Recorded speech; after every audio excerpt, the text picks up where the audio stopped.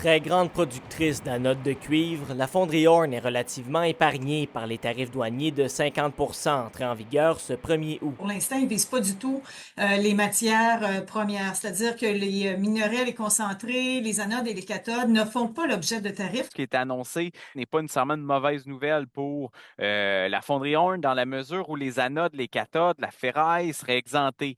Donc, ce que produit la fonderie Horn, c'est l'anode, ce qui est envoyé à l'usine de CCR de Mercier-Est et donc pour être transformé en cathode. Et ça pourrait traverser du côté américain. Dans le décret signé par le président Trump, il est toutefois indiqué que 25 des matières premières du cuivre et 25 des rejets de cuivre de haute qualité américains devraient rester sur leur marché, ce qui limiterait l'approvisionnement des entreprises québécoises. Comme nous, au Québec, on importe du cuivre, notamment des États-Unis, pour les opérations, là, pour produire les fameuses cathodes en cuivre, notamment.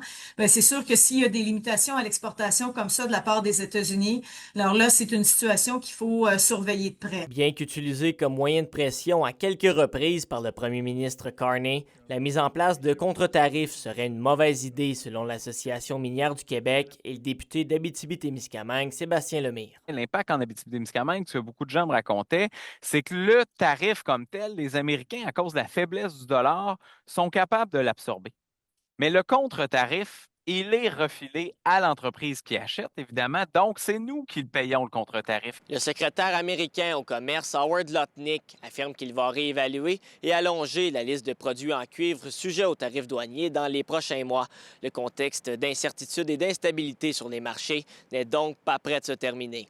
William Maillé, RNC Nouvelles, Rouyn-Noranda.